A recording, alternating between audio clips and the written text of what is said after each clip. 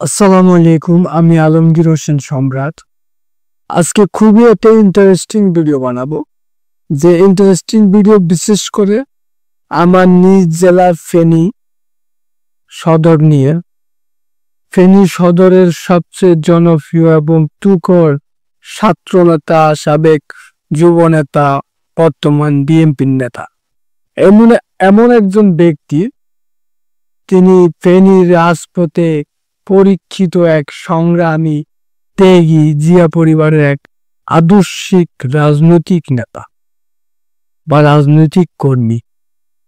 ওনাকে নিয়ে ভিডিওটি বানাবো। ওনার নামটি কি এখন বলবো। আমি নামটি বলার আগে আমার ভিডিওটি যদি অন্তত একটু ভালো লাগে, চ্যানেলটা সাবস্ক্রাইব করে রাখবেন।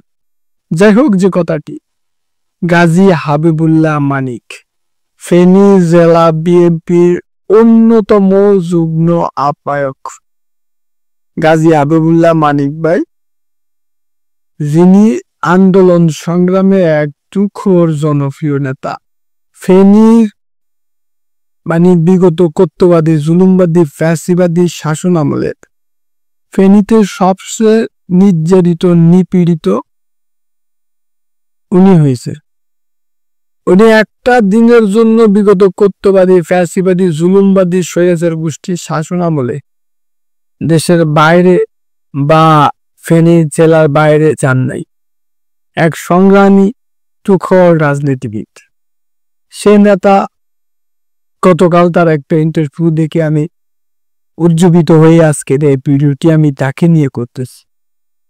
যে গাজী হাবিবুল্লাহ মানিক ভাই গতকাল এক ইন্টারভিউতে তার ইচ্ছা, আকাঙ্ক্ষার কথা বলেছে।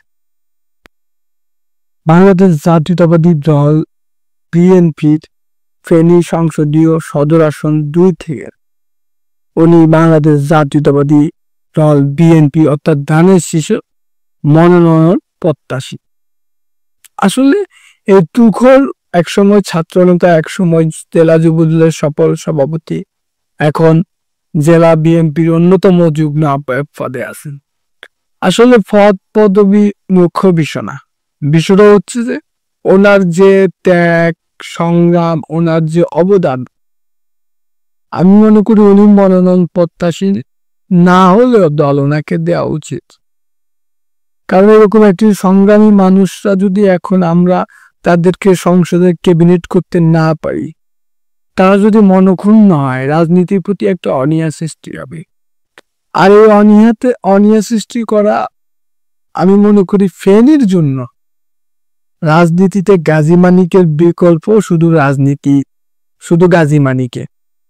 গাজীর বিকল্প শুধু গাজীর কোনো বিকল্প ফেনীতে এখন বর্তমানে নাই। এখন না, বিগত আরো 10 বছর পরেও গাজী মানিকের বিকল্প তৈরি হবে কিনা সন্দেহ আছে।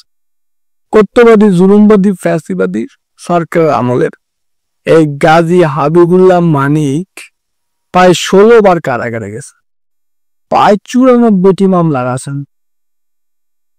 এরপরে তো কতবার করি এক একটা সময় কারাগারে মেয়াদকালীন ছিল, সেটা তো বর্ণনা দিয়ে শেষ করা যাবে না।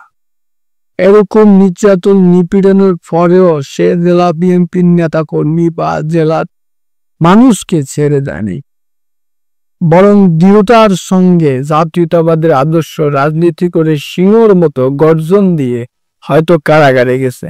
এটাতে উনি সম্মানহানি হয় না, ওনার বরং সম্মানিত হয়েছে। ফেনী জেলা বিএনপি বা ফেনীর মানুষের কাছে এক গৌরবময় ইতিহাসের নাম হচ্ছে গাজী হাবিবুল্লাহ মানিক। সেই কালকে আমি যখন ইন্টারভিউটা গাজী ভাই দেখতেছিলাম, ইন্টারভিউতে উনি খুব স্পষ্ট ভাষা বলেছেন ফেনীর 2 আসনে মনোনয়ন প্রত্যাশী ধানের শীষের। ওনাকে যদি দল মনোনয়ন দেয়, বলছে বিপুল ভোটে উনি বিজয় হতে পারবে, ধানের শীষ বিজয় হবে। অফকোর্স এটা তো শিওর, সত্য কথা। কারণ গাজী হাবিবুল্লাহ মানিক অত্যন্ত চমৎকার এবং আদর্শিক রাজনৈতিক নেতা।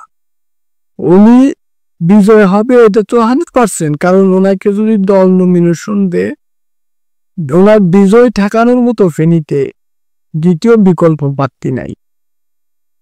আর ক্লিন ইমেজের যে ভাবটিগুলো এখন বিএনপি খুঁজতেছে বা পত্রিকা পেপার পত্রিকা আমরা দেখতেছি, আর ক্লিন ইমেজ তো গাজীর বিকল্প কই? গাজীর বিকল্প গাজী নিজেই, কারণ গাজীর কোনো বিকল্প ফেনীতে তৈরি হয় নাই বা হবে না, এটা বাস্তবতা।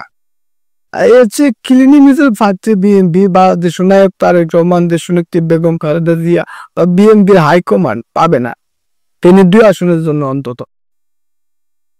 সবচেয়ে ত্যাগী, পরীক্ষিত এবং ক্লিন ইমেজ তৃণমূলের জনপ্রিয় নেতা, জনগণের জনপ্রিয় নেতা, জনগণ যাকে একটা মেশিনে গাজী হাবিবুল্লাহ মানি, তাকে যদি নমিনেশন পেপার বা নমিনেশন না দেয়া হয়, কথার কথা এক্সাম্পল হিসাবে, তাহলে রাজনীতির ক্ষতি বা ফেনী মানুষের যে গণ আকাঙ্ক্ষার যে দাবি, সে দাবিটা ক্ষুণ্ণ হয়ে যাবে।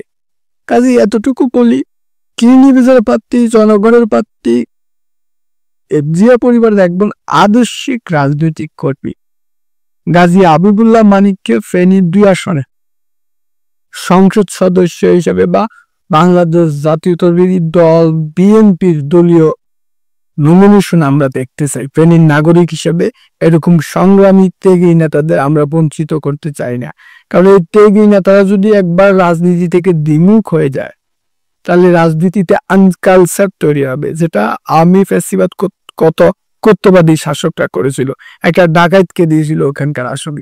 যাই হোক, আমরা গাজী হাবিবুল্লাহ মানিকের মতো ক্লিন ইমেজ এবং জনপ্রিয় ব্যক্তিদের ফেনীর 2 আসনের ধানের শীষের প্রার্থী হিসাবে দেখতে চাই।